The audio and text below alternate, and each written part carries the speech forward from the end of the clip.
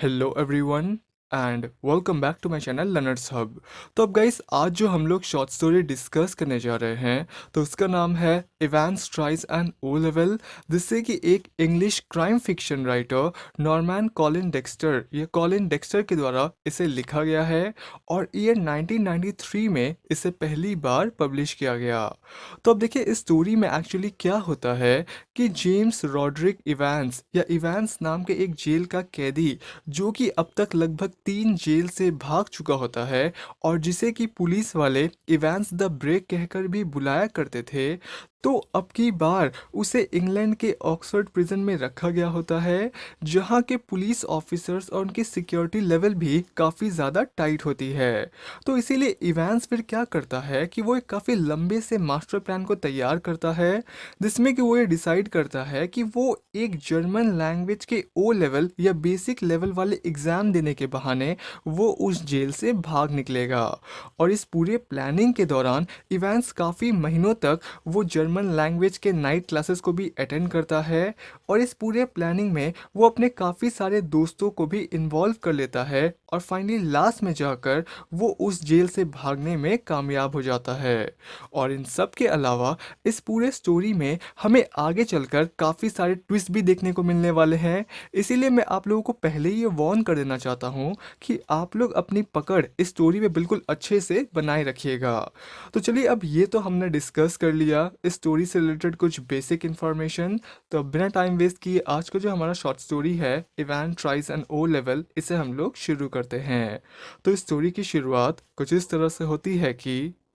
मार्च महीने का समय चल रहा होता है और एक दिन अचानक से यूनाइटेड किंगडम में मौजूद एग्जामिनेशन बोर्ड के सेक्रेटरी को उन्हें ऑक्सफोर्ड प्रिजन के गवर्नर के पास से एक फ़ोन कॉल आता है। और उस कॉल के दौरान ऑक्सफोर्ड प्रिजन के गवर्नर एग्जामिनेशन बोर्ड के सेक्रेटरी से ये कहते हैं कि उनके यहाँ पर जेम्स रॉड्रिक इवांस नाम का एक प्रिजनर या एक कैदी है जो कि जर्मन लैंग्वेज के ओ लेवल या बेसिक लेवल के एग्ज़ाम में अपीयर करना चाहता है या उसमें एग्ज़ाम देना चाहता है, क्योंकि वो इस चीज़ को लेकर काफ़ी सीरियस है कि उसे किसी ना किसी तरह की एकेडमिक क्वालिफिकेशन की सख्त ज़रूरत है। और इसी वजह से वो पिछले 6 महीनों से यानी लास्ट ईयर के सितंबर महीने से वो अकेले ही जर्मन लैंग्वेज के नाइट क्लासेस को भी अटेंड कर रहा है। तो एग्जामिनेशन बोर्ड के सेक्रेटरी गवर्नर साहब से फिर काफ़ी सारे सवाल पूछने लगते हैं, जैसे कि इवांस का नेचर कैसा है, उसका क्रिमिनल रिकॉर्ड कैसा है, क्या वो बहुत वायलेंट किस्म का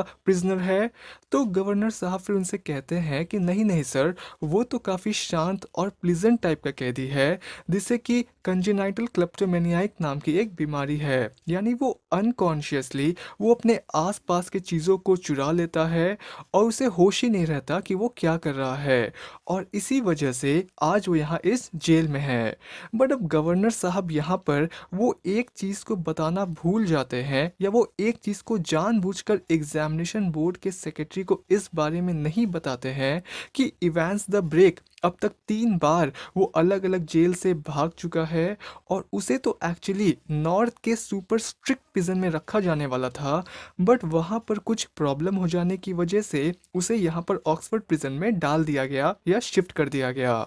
तो गवर्नर साहब इस डिटेल के बारे में सेक्रेटरी ऑफ एग्जामिनेशन बोर्ड को इसलिए नहीं बताते हैं क्योंकि उनके हिसाब से ये चीज़ें इतनी इम्पॉर्टेंट नहीं हैं और कुछ चीज़ें वो खुद भी हैंडल कर सकते हैं। जिसके बाद वो दोनों ही लोग यानी गवर्नर साहब और सेक्रेटरी वो दोनों ही लोग आपस में इस बात पर राज़ी हो जाते हैं कि इवांस के प्रिजन वाले सेल में ही उसके जर्मन एग्ज़ाम को लिया जाएगा या कंडक्ट किया जाएगा। और प्लस उसके जर्मन एग्ज़ाम को कंडक्ट करने के लिए वो लोग आपस में ये भी डिसाइड करते हैं कि रेवरेंड एस मैक्लेरी नाम के एक व्यक्ति जो कि सेंट मैरी मैक्स नाम के एक चर्च के प्रीस्ट या पर्सन है, तो वो एज एन इन्विजिलेटर और एज अ प्रॉक्टर वो इवेंट्स के एग्ज़ाम को इन्विजिलेट करेंगे। जिसके बाद फिर अगले 3 महीनों तक यानी जून महीने के फर्स्ट वीक तक इवेंट्स अपने जर्मन क्लासेस को यूं ही अटेंड करता है और फिर 7 जून को रात 8:30 बजे यानी इवेंट्स के एग्ज़ाम के ठीक एक रात पहले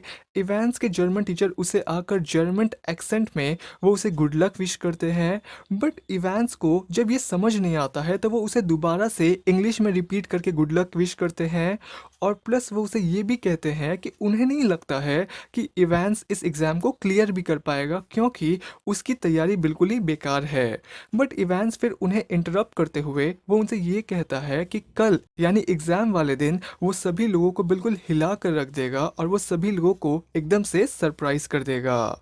तो अब अगले दिन यानी 8 ऑफ जून सुबह 8:30 बजे इवांस के सेल में दो प्रिजन ऑफिसर्स आते हैं, जिनमें से पहले ऑफिसर का नाम होता है मिस्टर जैक्सन, जो कि एक सीनियर प्रिजन ऑफिसर होते हैं। और दूसरे प्रिजन ऑफिसर का नाम होता है स्टीफन, जो कि अभी ऑक्सफोर्ड प्रिजन में बिल्कुल नए नए आए होते हैं और जिन्होंने बस रिसेंटली ज्वाइन किया होता है। तो अब सीनियर प्रिजन ऑफिसर यानी मिस्टर जैक्सन फिर क्या करते हैं कि वो इवांस को थोड़े हार्श टोन में या इम्पोलाइट मैनर में वो इवांस को आइंस्टाइन कहकर बुलाते हैं और उसे मॉक करते हैं। और प्लस वो उसे ये भी कहते हैं कि एग्ज़ाम के शुरू होने से पहले और उस इन्विजिलेटर के आने से पहले आधे घंटे के अंदर वो इवांस को बिल्कुल साफ सुथरा देखना चाहते हैं। यानी मिस्टर जैक्सन इवांस को ये ऑर्डर देते हैं कि आधे घंटे के अंदर वो जल्दी से अपने दाढ़ी को बना ले, उसे साफ कर ले और प्लस वो अपने उस गंदे से दिखने वाले रेड और वाइट कलर के बॉबल हैट को भी अपने सर पर से हटा ले। तो इवांस फिर तुरंत वो अपने सर के पास उस हैट पर हाथ रखकर वो मिस्टर जैक्सन से ये कहने लगता है कि उसकी ये हैट एकमात्र सिर्फ ऐसी चीज़ है जिसने कि उसके लाइफ में एक लकी चार्म की तरह काम किया है, और इसीलिए उस एग्ज़ाम वाले दिन वो ये नहीं चाहता है कि उसकी ये हैट उसके पास से दूर किया जाए। तो मिस्टर जैक्सन फिर उसके हैट को उसके सर पर ही रहने देते हैं। बट उन्होंने इवांस के नेल सीजर्स को उसके पास से ले लिया होता है। और प्लस वो स्टीफन को यानी वो दूसरे प्रिजन ऑफिसर स्टीफन को ये ऑर्डर देते हैं कि जैसे ही इवांस अपने बियर्ड को शेव कर ले या अपने दाढ़ी को बना ले तो तुम तुरंत उसके रेजर ब्लेड्स को उसके पास से ले लेना। और अब फिर इसके 15 मिनट के बाद यानी 8:45 को इन्विजिलेटर रेवरेंड एस मैक्लेरी भी वो अपने बैचलर वाले फ्लैट से वो बिल्कुल अच्छे से तैयार होकर वो ऑक्सफोर्ड प्रिजन के लिए निकल जाते हैं। और अगर हम बात करें उनके गेटअप की तो रेवरेंड एस मैक्लेरी ने एक लंबा सा ब्लैक कलर का ओवरकोट पहना होता है विद क्लरिकल हैट, जैसा कि आप इमेज में देख सकते हैं। और इसके अलावा उन्होंने एक मोटे से ग्लास वाले चश्मे को भी पहना होता है और उन्होंने अपने राइट हैंड में एक ब्राउन कलर का सूटकेस भी लिया होता है, जिसमें कि उन्होंने वो सभी तरह का सामान रखा हुआ होता है जो कि उन्हें अपने मॉर्निंग ड्यूटीज़ के लिए और उस एग्ज़ाम को कंडक्ट करने के लिए चाहिए होते हैं। जैसे कि उस सूटकेस में पहले तो एक प्रॉक्टर का या एक इन्विजिलेटर का फॉर्म होता है, फिर उसके बाद उसमें एक सील्ड एनवलप होता है जिसमें कि एग्ज़ाम के पेपर्स मौजूद होते हैं, फिर उसके बाद एक स्पेशल ऑथेंटिकेशन कार्ड होता है from the board of examination, फिर उसके बाद एक पेपर नाइफ, एक बाइबल और एक चर्च टाइम्स के द्वारा इशू किया गया एक न्यूज़पेपर। और इन सब के अलावा उस सूटकेस में एक सेमी इन्फ्लेटेड रबर ट्यूब या एक रबर रिंग भी होता है जो कि अक्सर पाइल्स के पेशेंट ज़्यादा लंबे समय तक बैठने के लिए इस्तेमाल करते हैं। तो अब अगर अभी हम बात कर ले इवांस के एग्ज़ाम की, तो इवांस का एग्ज़ाम 9:15 को या 9:15 को शुरू होने वाला था। इसीलिए फिर वो प्रिजन ऑफिसर्स आगे क्या करते हैं कि जैसे ही इवांस अपने चेहरे को धोकर साफ कर लेता है तो वो फिर उसके सेल में दो छोटे छोटे स्क्वायर शेप के टेबल्स लगा देते हैं और उसके ठीक ऑपोजिट में वो दो चेयर्स भी सेट कर देते हैं। और जब फिर इवांस ऊपर दीवार की ओर देखता है तो वो फिर ये समझ जाता है कि उसके रूम में एक हिडन माइक्रोफोन या एक रिसीवर लगाया गया है ताकि उसकी सारी बातों को गवर्नर साहब अच्छी तरीके से सुन सके।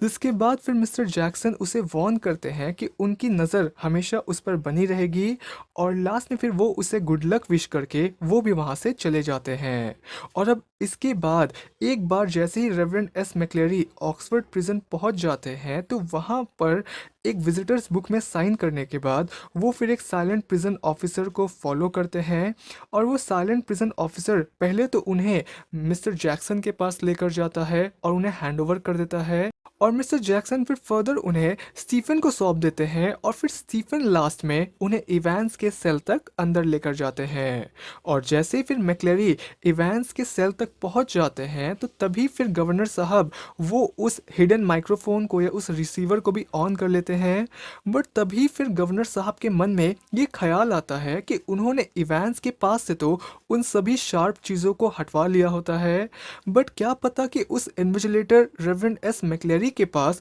कोई ऐसी शार्प चीज़ मौजूद हो जिससे कि इवांस एज अ वेपन की तरह यूज़ करके वो बाद में उसका फ़ायदा उठा ले। इसीलिए फिर गवर्नर साहब तुरंत वो मिस्टर जैक्सन को कॉल करके ये ऑर्डर देते हैं कि वो रेवरेंड एस मैक्लेरी को भी अच्छे से चेक करे ताकि उनके पास कोई भी शार्प चीज़ मौजूद ना रहे।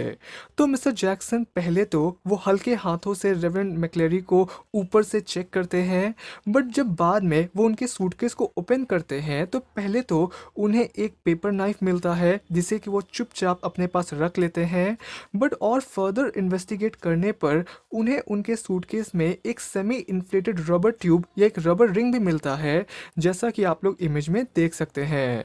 तो मिस्टर जैक्सन फिर उनसे ये पूछने लगते हैं कि अच्छा आप मुझे ये बताइए कि आप इस रबर ट्यूब का यहाँ पर क्या करेंगे, क्या आप यहाँ पर स्विमिंग करने वाले हैं? तो रेवरेंड मैक्लेरी फिर जवाब देते हुए वो उनसे ये कहते हैं कि मुझे पाइल्स की प्रॉब्लम है जिसकी वजह से मैं एक जगह पर ज़्यादा लंबे समय तक बैठ नहीं सकता और इसीलिए मैं इस रबर ट्यूब का इस्तेमाल करता हूँ ताकि मैं एक जगह पर काफ़ी लंबे समय तक बैठ सकूँ। तो अब ये जवाब सुनकर मिस्टर जैक्सन को फिर काफ़ी ज़्यादा शर्मिंदगी महसूस होती है और वो फिर अपने ऐसे अजीब से सवाल पूछने के लिए वो रेवरेंड मैक्लेरी से माफ़ी मांगता है। तो फाइनली फिर इवांस का एग्ज़ाम शेड्यूल टाइम से कुछ मिनट लेट ही शुरू होता है और प्लस एग्ज़ाम के ऑफिशियली शुरू होने में थोड़ा और टाइम इसलिए भी लग जाता है क्योंकि प्रिजन ऑफिसर स्टीफन जो थे तो वो इवांस के बिल्कुल सर के पास जाकर खड़े हो जाते हैं, जिसकी वजह से इवांस फिर ये कंप्लेन करता है कि वो ठीक से कॉन्सेंट्रेट नहीं कर पा रहा है। और जब फिर इस बात को रिसीवर के थ्रू गवर्नर साहब सुनते हैं तो वो फिर ये सोचते हैं कि शायद वो लोग कुछ ज़्यादा ही ओवर रिएक्ट कर रहे हैं या ओवर प्रिकॉशस हो रहे हैं और इसीलिए वो फिर स्टीफन को उसके सेल से बाहर बुला लेते हैं। जिसके बाद फिर मैक्लेरी इवांस को पेपर के एक कॉर्नर में वो उन्हें इंडेक्स नंबर और सेंटर नंबर लिखने के लिए कहते हैं और फाइनली फिर 9:25 को जाकर यानी 9:25 को जाकर एग्ज़ाम ऑफिशियली स्टार्ट हो जाता है। अब देखिए इस एग्ज़ाम स्टार्ट होने के लगभग 15 मिनट के बाद यानी 9:40 को गवर्नर साहब को एक कॉल आता है एग्जामिनेशन बोर्ड की तरफ से, जिसमें कि assistant secretary of modern languages governor साहब से पहले तो वो ये पूछते हैं कि एग्ज़ाम असल में शुरू कब हुआ और उसके बाद वो फिर गवर्नर साहब से कहने लगते हैं कि असल में क्वेश्चन पेपर में कुछ गलती हो जाने की वजह से उन्होंने एक करेक्शन स्लिप भी तैयार करवाया था, बट जिस आदमी को वो करेक्शन स्लिप डालने की ड्यूटी दी गई थी एनवलप के अंदर तो वो उस काम को करने में या परफॉर्म करने में नाकामयाब रहा। तो अब गवर्नर साहब फिर उस फ़ोन कॉल को वो उसे मिस्टर जैक्सन को ट्रांसफ़र कर देते हैं, बट मन ही मन वो ये सोच रहे होते हैं कि कहीं ये कॉल फेक हुआ तो। इसीलिए जब मिस्टर जैक्सन एग्जामिनेशन बोर्ड के उस असिस्टेंट सेक्रेटरी से बात करने में बिजी होते हैं तो तभी गवर्नर साहब फिर अपने साइड से भी वो भी एग्जामिनेशन बोर्ड को दोबारा से कॉल लगाकर देखते हैं, बट कॉल लगने पर उन्हें लाइन बिजी आने का बीप सुनाई देता है या सिग्नल मिलता है, जिससे कि वो फिर इस बात पर बिल्कुल श्योर हो जाते हैं कि वो कॉल कोई फेक कॉल नहीं है। और इसके फिर 2 मिनट बाद ही उन्हें अपने रिसीवर के थ्रू वो करेक्शन भी रेवरेंड मैक्लेरी के द्वारा पढ़े जाने पर सुनाई देने लगता है, जिसे सुनकर फिर उन्हें भी अपने जवानी के दिन याद आ जाते हैं जब वो जर्मन लैंग्वेज पढ़ा करते थे और वो उन जर्मन वर्ड्स और एडजेक्टिव से फेमिलियर थे। बट अब तभी गवर्नर साहब का फ़ोन दोबारा से रिंग करता है और वो जब उस फ़ोन को रिसीव करते हैं तो उस फ़ोन कॉल पर उन्हें मैजिस्ट्रेट कोर्ट से ऑर्डर मिलता है कि वो तुरंत कुछ प्रिजन ऑफिसर्स को और एक प्रिजन वैन को उनके पास भेज दे क्योंकि उन्हें फ़ौरन एक केस के लिए उसकी ज़रूरत है। तो अब ये सुनकर गवर्नर साहब फिर सोचने लगते हैं कि ज़रूर ये कॉल फेक होगा, बट तभी फिर उनका माइंड अचानक से फिर चेंज हो जाता है और वो फिर ये सोचने लगते हैं कि शायद वो कुछ ज़्यादा ही सोच रहे हैं and he is being paranoid. और इन सब के अलावा वो प्रिजन ऑफिसर स्टीफन जो था तो वो हर 2 2-4 मिनट में वो इवांस के ऊपर गेट के बाहर जो पीप होल था तो वो वहाँ से उसके ऊपर नज़र बनाए हुए था। और फिर 10:50 पे जाकर इवांस रेवरेंड मैक्लेरी से ये रिक्वेस्ट करता है कि क्या वो एक ब्लैंकेट जाकर जल्दी से ओढ़ सकता है, क्योंकि उसे थोड़ी ठंड लग रही है। तो मैक्लेरी फिर उसे इस चीज़ के लिए परमिशन दे देते हैं। और जब 1 मिनट के बाद स्टीफन इवांस को ब्लैंकेट ओढ़े हुए देखता है तो उसे कुछ अजीब लगता है और वो ये सोचने लगता है कि क्या उसे इस बारे में जाकर रिपोर्ट करना चाहिए।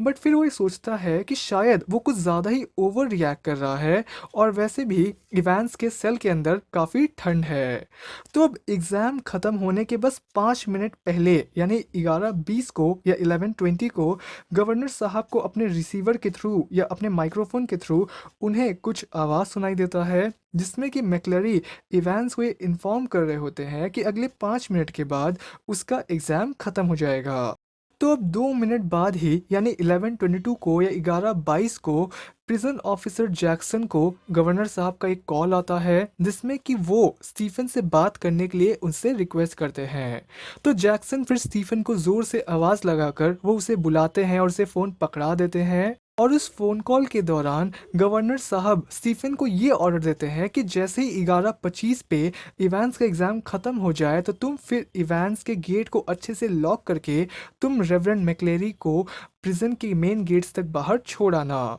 तो फाइनली 11:25 पे जब इवांस का एग्ज़ाम ख़त्म हो जाता है तो स्टीफन फिर रेवरेंड मैक्लेरी को वो उन्हें प्रिजन के मेन गेट्स तक बाहर ले जाने लगता है। और उस दौरान उसे ये देखकर थोड़ा अजीब लगता है कि रेवरेंड मैक्लेरी अपने लंबे से ओवरकोट में वो पहले से थोड़े से पतले लग रहे थे। बट स्टीफन फिर इस बात को नज़रअंदाज करता है या अवॉइड करता है, क्योंकि वो इस बात को लेकर मन ही मन काफ़ी ज़्यादा खुश होता है कि गवर्नर साहब ने इतने इम्पोर्टेंट काम को जैक्सन को ना देकर उन्होंने उसे ये काम करने के लिए दिया। बट अब जैसे ही स्टीफन रेवरेंड मैक्लेरी को वो उन्हें प्रिजन के मेन गेट्स तक बाहर छोड़ आता है तो तभी वो ये सोचता है कि चलो एक बार फिर से मैं चल के इवांस के दरवाजे को ठीक से चेक कर लूँ। बट जैसे ही वो इवांस के दरवाजे को वो उसके बाहर के पीप होल से चेक करता है तो उस व्यू को या उस दृश्य को देखकर वो बिल्कुल ही शॉक हो जाता है, क्योंकि इवांस के चेयर पर उसके जगह पर रेवरेंड मैक्लेरी वहाँ पर बैठे हुए हैं और उनके सर से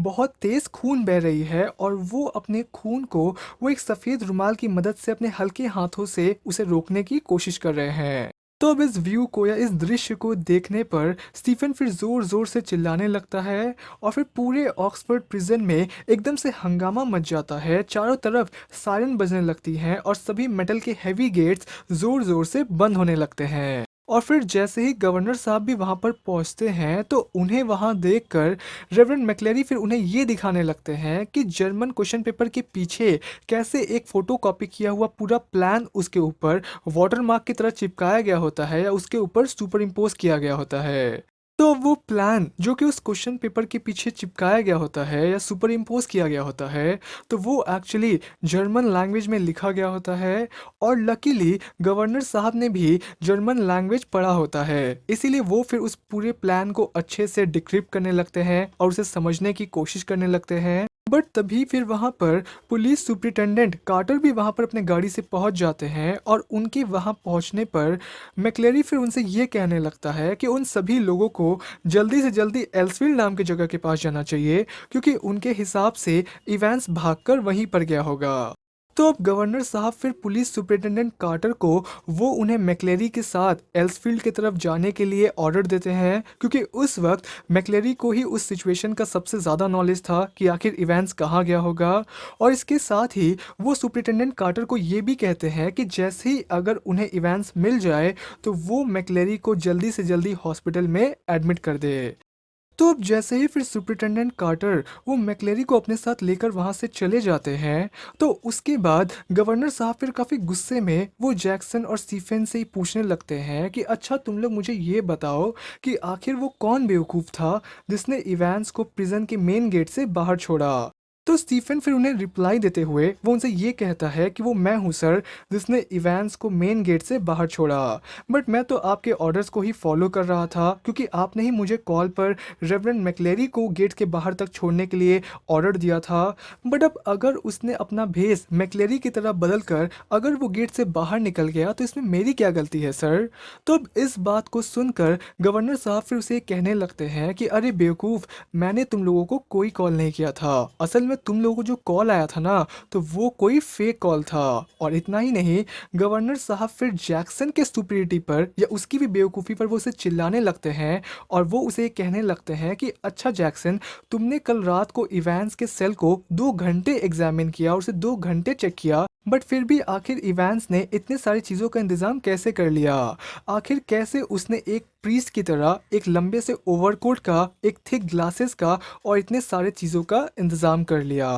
जिसके बाद फिर से गवर्नर साहब वो उस जर्मन टेक्स्ट को या उस प्लान को समझने की कोशिश करने लगते हैं। और फाइनली इतना तो उन्हें समझ में आ जाता है कि इवांस न्यूबेरी नाम के टाउन की तरफ जाने वाला है। तो अब गवर्नर साहब फिर बिल्कुल आराम से बैठकर सिगरेट पीते हुए वो ये सोचने लगते हैं कि इवांस ने प्लान तो बहुत ही अच्छा बनाया था, बट उसने भी यहाँ पर एक गलती कर दी कि उसने इस क्वेश्चन पेपर को यहाँ इस जेल में ही पीछे छोड़ दिया। बट अब तभी फिर गवर्नर साहब को पुलिस सुपरिटेंडेंट कार्टर का फ़ोन आता है। और वो गवर्नर साहब को ये इन्फॉर्म करते हैं कि रेवरेंड मैक्लेरी ने इवांस को एल्सफील्ड के पास स्पॉट कर लिया था। बट इवांस फिर से शहर की तरफ वो वापस कहीं चला गया और वो गायब हो गया। और इतना ही नहीं, वो गवर्नर साहब को ये भी बताते हैं कि जैसे ही वो लोग एग्जामिनेशन बोर्ड के ऑफिस के पास पहुंचते हैं, तो वैसे ही मैक्लेरी की तबीयत काफ़ी ज़्यादा बिगड़ गई। और उन्होंने फिर एक एम्बुलेंस को कॉल कर दिया ताकि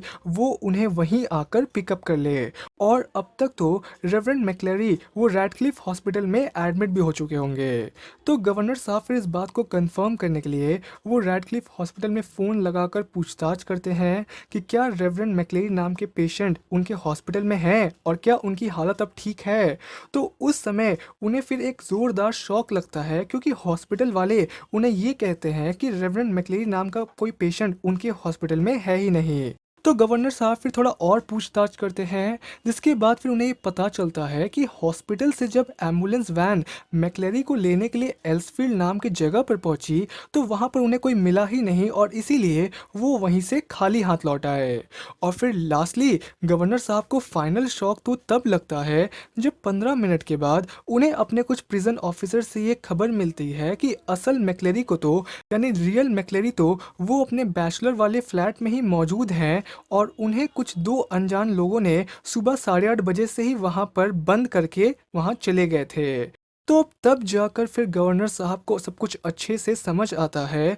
कि असल में वो पहला व्यक्ति जो था, जो कि मैक्लेरी बनकर जेल के अंदर आया था और जो कि स्टीफन के साथ जेल के बाहर गया था, तो वो इवांस नहीं था, बल्कि वो कोई फेक बंदा था या वो कोई इवांस का दोस्त था जो कि उसकी मदद करने के लिए जेल के अंदर आया था मैक्लेरी के भेस में। और वो दूसरा बंदा जो था, जो कि मैक्लेरी बनकर वो जेल के अंदर ही रुका हुआ था और जिसके सर से खून बह रहा था और जो कि खून में लिपटा हुआ था, तो वो असल में इवांस था जो कि जेल के अंदर ही रुक गया था और जिसने अपने भेस को मैक्लेरी की तरह बदल कर उसने हम सभी लोगों को चकमा दे दिया। और हम सभी लोगों ने खुद उसे रियल मैक्लेरी समझकर हमने उसे बाहर छोड़ दिया। तो फाइनली इस स्टोरी के लास्ट में क्या होता है कि इवांस कुछ घंटों तक वो चिपिंग नॉर्टन नाम के एक टाउन के आसपास घूमने के बाद फाइनली शाम तक वो गोल्डन लायन नाम के एक होटल में एंटर करता है। और उस होटल में एंटर करने के बाद पहले तो वो रिसेप्शनिस्ट से कुछ ज़रूरी बातें करता है और उसे कुछ इन्फॉर्म करता है। बट जब वो सीढ़ियों से वो अपने कमरे की ओर जा रहा होता है, तो तभी इवांस फिर अपने आप से ही बातें करने लगता है और वो अपने पूरे प्लान के बारे में फिर से सोचने लगता है कि कैसे उस प्रिजन ऑफिसर जैक्सन ने उसके नेल सीजर्स को उसके पास से ले लिया था। बट उन्होंने वो रेजर ब्लेड्स कुछ समय के लिए उसके पास ही छोड़ दिया था, जिसकी मदद से उसने फिर अपने सारे बालों को उस फेक मैक्लेरी की तरह काट लिया और फिर उसको उसने अपने गंदे से बॉबल हैट के नीचे ढक कर छुपा लिया था। और फिर इसके अलावा इवांस ये भी सोचने लगता है कि कैसे उसके फ्रेंड ने यानी उस फेक मैक्लेरी ने जो कि जेल के अंदर आया था तो कैसे उसने दो दो कपड़े पहने हुए थे एक के अंदर एक, और फिर कैसे इवांस ने अपना पूरा गेटअप उस ब्लैंकेट के अंदर बड़ी मुश्किल से चेंज किया। बट अब जैसे ही इवांस अपने रूम के अंदर पहुंचता है तो वो ये देखकर बिल्कुल शॉक हो जाता है कि गवर्नर साहब उसके रूम के एक कोने में वो बड़े आराम से उसके बिस्तर में बैठे हुए थे। तो इनिशियली तो इवांस एकदम से शॉक हो जाता है, बट जब वो ये समझ जाता है कि अब भागने का कोई फ़ायदा नहीं है तो वो भी फिर बड़े आराम से वो वहाँ रिलैक्स होकर बैठ जाता है। जिसके बाद वो दोनों फिर कुछ देर तक आपस में बातें करते हैं और इवांस उनसे फिर ये पूछता है कि अच्छा सर, आप मुझे ये बताइए कि आपको इस होटल का पता उस करेक्शन स्लिप से मिला है ना? तो गवर्नर साहब उसे रिप्लाई देते हैं कि हाँ। बट फिर इवांस दोबारा से उनसे पूछता है कि अच्छा सर, मान लिया कि आपको इस होटल का पता उस करेक्शन स्लिप से मिल गया, बट यहाँ पर तो गोल्डन लायन नाम के इतने सारे होटल्स हैं, तो आपको एग्जैक्टली कैसे पता चला कि मैं इसी गोल्डन लायन नाम के होटल में हूँ और मैं इसी कमरे में हूँ? तो गवर्नर साहब फिर उसे कहते हैं कि तुम्हारे आंसर स्क्रिप्ट पे जो इंडेक्स नंबर और सेंटर नंबर लिखा हुआ था ना, 313 और 271,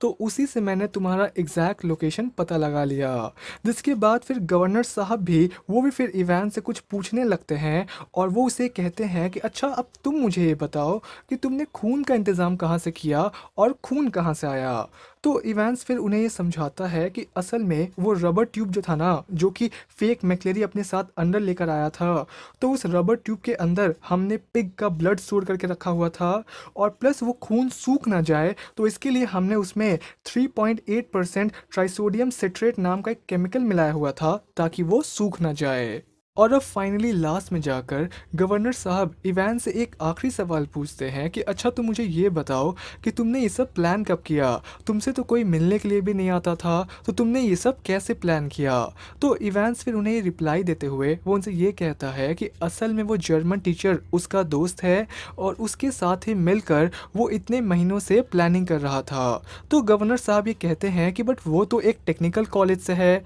तो इवांस उन्हें रिप्लाई देता है कि अच्छा, क्या आपने कभी इस बात को चेक भी किया? असल में मेरे कई सारे फ्रेंड्स हैं जिन्होंने मेरे इस पूरे प्लानिंग में मेरी काफ़ी मदद की है। जिसके बाद फिर गवर्नर साहब और इवांस वो दोनों फिर सीढ़ियों से उतरकर वो नीचे की ओर जाने लगते हैं, और तभी फिर उस होटल की एक रिसेप्शनिस्ट उनके पास आकर वो उनसे ये कहती है कि एक पुलिस वैन होटल के बाहर आकर खड़ी हुई है। और तभी फिर उस पुलिस वैन में से दो साइलेंट प्रिजन ऑफिसर्स बाहर निकलकर वो इवांस को हथकड़ी लगाकर ले जाने लगते हैं। बट अब इवांस एक आखिरी बार वो गवर्नर साहब से ये पूछता है कि क्या ऑक्सफोर्ड प्रिजन कोई और भी मॉडर्न लैंग्वेज पर क्लासेस प्रोवाइड करता है अपार्ट फ्रॉम जर्मन लैंग्वेज? तो गवर्नर साहब ये कहते हैं कि नहीं, बट तुम ये क्यों पूछ रहे हो? तो इवांस उनसे कहता है कि असल में मैं सितंबर महीने से जाकर मैं इटालियन क्लासेस को ज्वाइन करने के बारे में सोच रहा हूँ। तो गवर्नर साहब उसे रिप्लाई देते हैं कि अब तुम ऑक्सफोर्ड प्रिजन में और नहीं रहने वाले। तो इवांस भी फिर ये कहता है कि शायद हाँ, अब मैं वहाँ पर और नहीं रहने वाला। जिसके बाद फिर वो दोनों साइलेंट प्रिजन ऑफिसर्स वो इवांस को ले जाकर वो उसे उस पुलिस वैन में बिठाकर ऑक्सफोर्ड प्रिजन की तरफ ले जाने लगते हैं। बट जैसे ही वो लोग थोड़ी दूर कवर करते हैं, थोड़ा डिस्टेंस कवर करते हैं, कि तभी फिर वो प्रिजन ऑफिसर इवांस की हथकड़ियों को तुरंत खोल देता है और वो ड्राइवर से फिर जोर से ये कहता है कि जल्दी से स्पीड बढ़ाओ, उन्हें इस बात को पता लगने में ज़्यादा देर नहीं लगेगी। तो वो ड्राइवर फिर काफ़ी थिक स्कॉटिश एक्सेंट में वो उनसे ये पूछता है कि हमें कहाँ चलना चाहिए। तो इवांस लास्ट में ये कहता है न्यूबेरी, और इस तरह से इवांस फिर से गवर्नर साहब को चकमा देकर वो भाग निकलता है। यानी वो मजिस्ट्रेट कोर्ट से जो कॉल आया था कुछ प्रिजन ऑफिसर्स के लिए और एक वैन के लिए, तो वो फ़ोन कॉल भी इवांस के फ्रेंड्स ने ही किया था, उसके दोस्तों ने ही किया था, और ये सब इवांस के प्लान के अंदर ही मौजूद था कि पहले तो वो खुद गवर्नर साहब से अपने आप को रंगे हाथों पकड़वा लेगा और फिर दोबारा से वो अपनी मर्जी से भाग जाएगा। तो उस जर्मन टीचर से लेकर उस एग्जामिनेशन बोर्ड के करेक्शन स्लिप वाले कॉल तक सब के सब फेक थे और सभी लोग इवांस के प्लान में शामिल थे। तो इस तरह से फाइनली ये स्टोरी ख़त्म होता है एंड आई होप कि आपको वीडियो पसंद आया होगा। वीडियो पसंद आया तो प्लीज़ आप लोग कमेंट करके ज़रूर बताएं, लाइक करें, शेयर करें इसे अपने दोस्तों के साथ, and thank you for watching.